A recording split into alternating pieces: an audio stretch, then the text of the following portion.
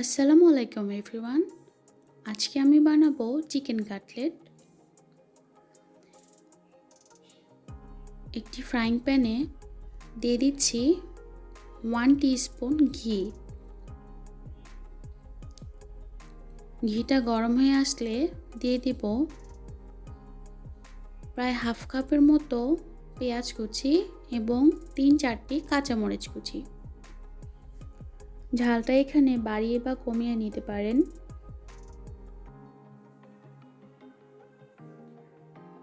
পেঁয়াজ এবং কাঁচামরিচ ভালো মতো ভেজে নেব।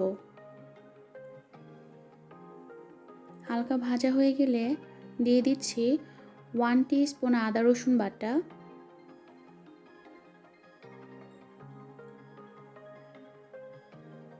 ভালো মতো ভেজে নেওয়ার পরে দিয়ে দিব ঝুরি করা মুরগির বুকের মাংস। আমি এখানে মুরগির বুকের মাংস সেদ্ধ করে ঝুরি করে নিয়েছি। এখানে প্রায় 1.25 কাপ মুরগির বুকের মাংস রয়েছে।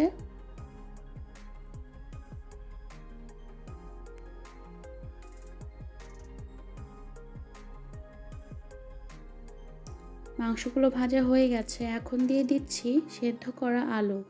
এখানে প্রায় 2 কাপ আলু রয়েছে সেদ্ধ করা। এখন আলু এবং মুরগির মাংসগুলো ভালো মতো ভেজে নেব। এখানে আমি পুরো কাটলেটের রেসিপিটি তৈরি করেছি চুলোর উপরে।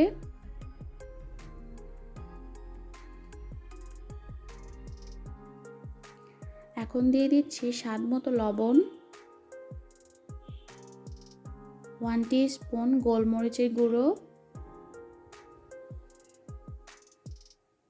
এবং 1 টিস্পুন ভাজা জিরের গুঁড়ো।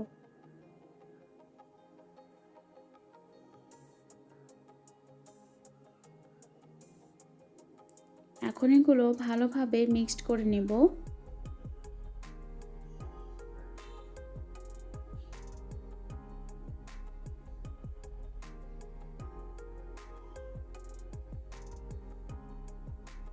ভাজা হয়ে গেছে।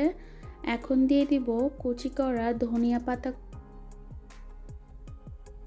পাতাগুলো শেষে দিতে হবে, এই কারণে ফ্লেভারটা অনেক ভালো আসবে। এখানে অবশ্যই ঘি ব্যবহার করতে হবে। ঘি এবং ধনিয়া পাতা একসঙ্গে মিক্সড হয়ে অনেক সুন্দর একটি ফ্লেভার আসবে।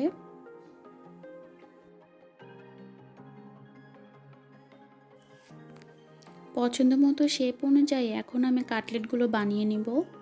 এখানে আমি 2টো ডিম ফেটিয়ে নিয়েছি এবং নিয়েছি চিকন সেমাই। আজকে আমি কাটলেটগুলো 2বার কোট করে নিব। প্রথমে ডিমে দিয়ে দিচ্ছি। এখানে অবশ্যই 2 হাত ব্যবহার করতে হবে, 1 হাত দিয়ে কখনোই করা যাবে না।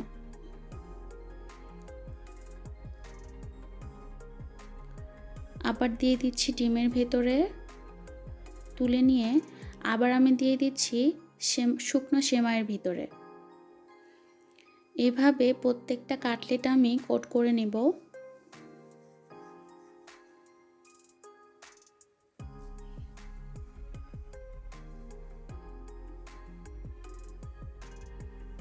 সবগুলো কাটলেট আমার বানিয়ে নেওয়া হয়ে গেছে। এখন আমি চলে যাচ্ছি ভাজতে।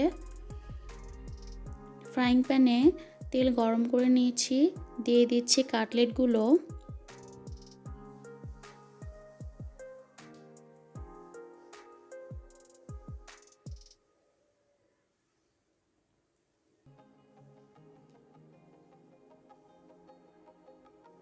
অবশ্যই মিডিয়াম আঁচে কাটলেটগুলো ভাজতে হবে, তা না হলে খুব দ্রুত কালার চলে আসবে।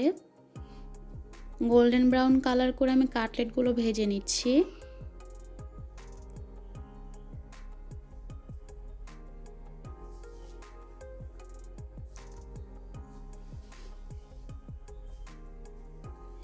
ডুবো তেলে ভাজা যাবে না, অর্ধেকটা পরিমাণ কাটলেট ডুববে এরকম পরিমাণ তেল দিতে হবে। কাটলেটগুলো প্রায় ভাজা হয়ে গিয়েছে।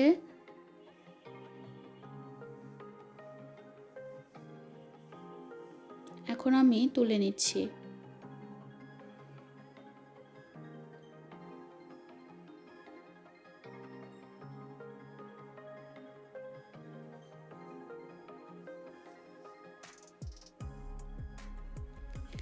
আমার কাটলেটগুলো ভাজা হয়ে গেছে, দেখতে পাচ্ছেন কালারটা কত সুন্দর এসেছে। আশা করি সবাই কাটলেটটা বাসায় তৈরি করে দেখবেন, আমার রেসিপিটি ফলো করবেন।